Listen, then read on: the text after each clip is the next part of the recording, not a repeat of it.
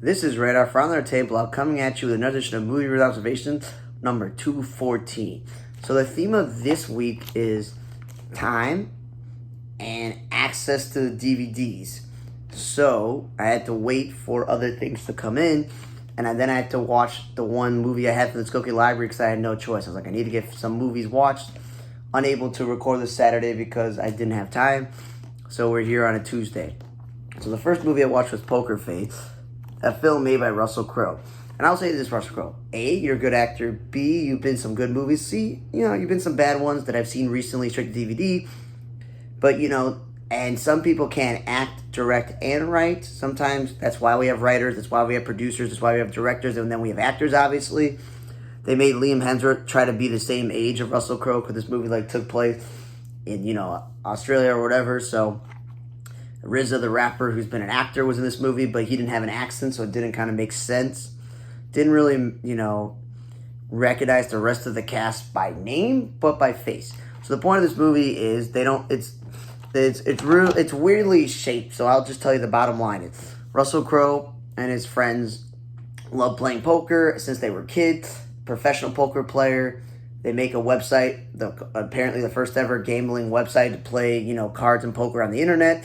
They make a lot of money at doing that. Then they use it for government, way to track planes or drones or whatever it is, and they make even more money. And this movie just we'll catch up to Russell Crowe in the future. We'll see what's happening in his life and what his friends are doing, and let's have one great big grand finale of a game because he has a motive behind said game. I'm not going to tell you why he had the motive behind the game. I'm just going to let you know it's a very disappointing movie because it was a little bit over the place. And even though it was barely 90 minutes, it kind of dragged down with a lot of boring drama and wasted scenes. And he has his own butler, chef, maybe I think his wife is dead and his daughter's there and he has a girlfriend. I don't know. So he's trying to find the truth out about something that one of his friends may have been lying or cheating and screwing him over in a way. And that's got wants to have the game. And so yeah, it's uncovering truths because he gets this truth serum. I know it kind of spoils it, but it's the point of the movie.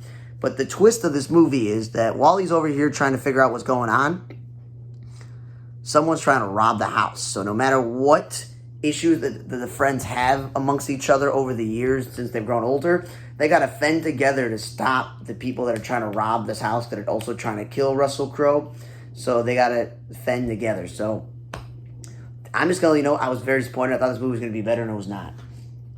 Then I watched the movie Seriously Red, where Rose Byrne played a really creepily Elvis, where she's making out with a woman, and the woman is showing that she's a woman, but she doesn't get out of the Elvis costume or impersonation. Bobby Cannavale, they make him look like Neil Diamond. He's an agent. And, I didn't really recognize the main woman or her best friend or the agent that hired her or a lot of the other people. So, again, barely 90-something minute movie. And she's this woman who's her mother's always judging her. She lives at home. Apparently can't keep a job, but loves Dolly Parton, decides to pretend to be her at an office party. It doesn't work out. The next thing is that she gets discovered and she becomes a Dolly Parton impersonator that has a love relationship with Kenny Rogers impersonator, blah, blah, blah. They have all these other people where she's I'm not a drag queen. I'm a real woman that's pretending to be her. And it's the ups and downs of her being successful but then not being successful and the consequences that does to her relationship with her mother, relationship with her friend, all these other things. And it was, in my opinion, very dumb and very stupid. It was an okay movie. It's enjoyable to watch, but some of it is a little bit cringeworthy and not as good as I thought it was going to be. Then the next movie I watched was Ferrari with Adam Driver, Shailene Woodley, and Penelope Cruz, where they could say it's the best car movie ever made. And someone's trying to tell me the point of this movie was about his personal life, and it was not about cars or anything, and that was the whole entire point of the movie. I don't care if that was the whole entire part of the movie. Having Adam Driver aged up with makeup and it all being about his affair with a woman and having another kid after his own kid died and his wife and him are estranged and his business is going down under and they're trying to do everything possible to win this race. I feel like they also wasted the talents of Patrick Dembski as a veteran driver in this movie because, again, they barely showed him. And again, it runs for more than 2 hours. You're come on, very, very long. Trying to figure out what's going on here, and I maybe not be the biggest Shailene Woodley fan, but she didn't do the best there. Penelope Cruz did a really good job in this movie. Adam Driver is continuing to move up the ladder of going from action to science fiction to comedy to drama. So he's getting in the realm of being a better drama actor. But again, I was disappointed. I just felt I was bored in this movie, and I was wondering when it was going to end. Then I watched Nicolas Cage's retirement plan because, again, ran out of movies. I just needed to watch something, because I normally like to watch these movies a certain person. So, again, barely an hour and 40-something minutes. Ron Perlman's in it. Ernie Hudson's in this movie. Rick Fox is in this movie. One of the issues is Ashley Greene is in this movie.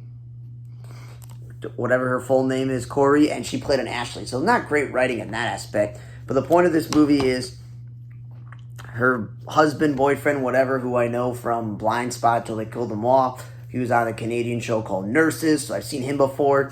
He's a character actor. His name is probably on this list here, but maybe it's Jordan Johnson Hines. I don't know.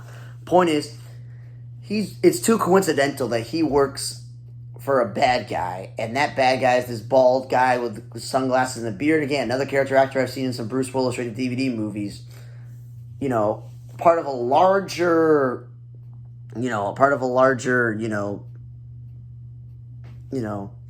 corporation of networks and like drug dealers and bad people, whatever, right?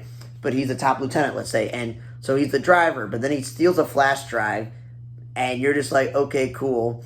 Then they beat him up for it, then they go after the wife, so the wife goes, I'm going to make sure that my daughter is okay, and I'm going to send her to the Cayman Islands. A lot of people say, that's kind of a cliche, let's go hide on some island, no one's ever going to find her.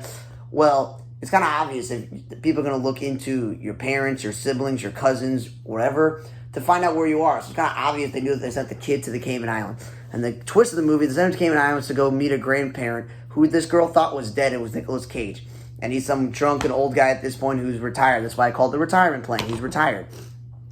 And like Ron Perlman and is one of the henchmen who has some clever lines. He's more nuanced than just being a big meathead. And he's like questioning why is he a bad guy. Ernie Hudson's like Nicolas Cage's friend from back in the day who helps him out. So that's pretty cool. And the point of this movie, Nicolas Cage is trying to protect his granddaughter, but then finds out he's got to protect his daughter and ultimately save his son-in-law that he's never met from the bad guys that his daughter and son-in-law got involved with. And that they're sending all these henchmen out to try to kill them and steal the flash drive of information. And then I'm not going to tell you the plot twist of government agencies and who's in it, but I will tell you about Rick Fox. I don't know if he played a higher level ranking government agent or he was a politician or whatever he was, but it's nice to see that he's in some better movies. Cause I've seen some movies with Rick Fox, and haven't been the best. The former Lakers, Celtic, NBA champion player. He's been in some television shows too. But any movie that's Ernie Hudson and Ron Perlman and Rick Fox, and it's a Nicolas Cage-led movie, it's going to be a pretty good movie based on the actors. Not a huge fan of the woman from Empire, the light-skinned black woman. I think her name is Grace Byers. I could be wrong when reading the cast on here, unless it's Wynn Whitfield. I don't know. But the point is, she was the woman that married Terrence Howard in the show Empire when Taraji P. Henson's character went to prison.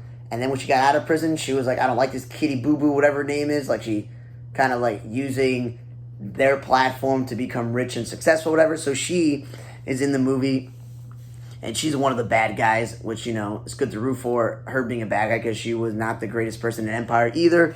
So between her and the guy from Blind Spot, that's two good character actors that people are not going to remember their names. And then, again, Ron Perlman and Ernie Hudson and Nicolas Cage in this movie and Rick Fox. So I think it was probably the best movie that I watched this week, and I haven't got to the last one.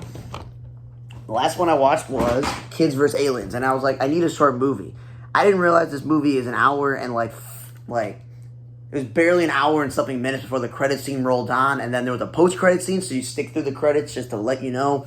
But the point of this movie is this high school girl hangs out with her sibling and all of his weird friends, and they make movie, wrestling, all this other stuff. Some like high school like popular kids or just jerks come in, like the one dude who plays guitar and his friend with glasses, and this like girl with like the dyed hair and piercings, whatever, and they're like, oh, whoa, I didn't know. Oh, wait, you go to high school with me. And then he flirts with her, uses her to get the house to himself to throw a Halloween party that goes awry.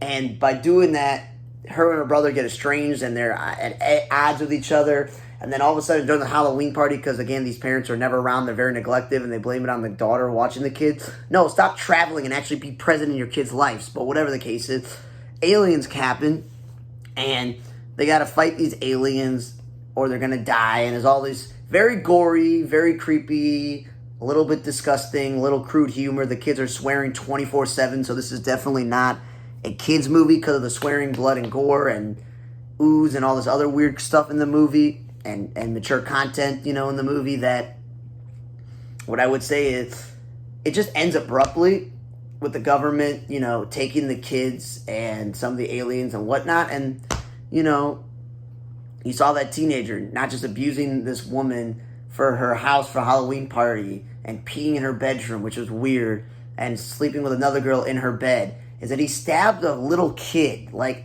come on. Like, this dude should be in prison. Hopefully he's dead if they make a sequel, but it seems like they've said enough for a sequel. So it was better than I thought. It just wasn't great. It was okay. So yeah, again, disappointing with Poker Face. Not as good as I thought it was going to be. I was disappointed by Ferrari, and those are two big actors, Russell Crowe and Adam Driver, at this point. Seriously, Red, it looks stupid, but I thought it was going to be better than it was. Just a little cringe. Kids vs. Aliens, I said, was definitely not meant for kids, and it was way too short to even be a movie. But again, Retirement Plan was the best movie I watched based on the premise, the plot twist, the actors, both famous and non-famous. So thanks again for listening to another edition of Movie Reservation number 214. For Another Table Lock, I'm Radar. See you guys next time.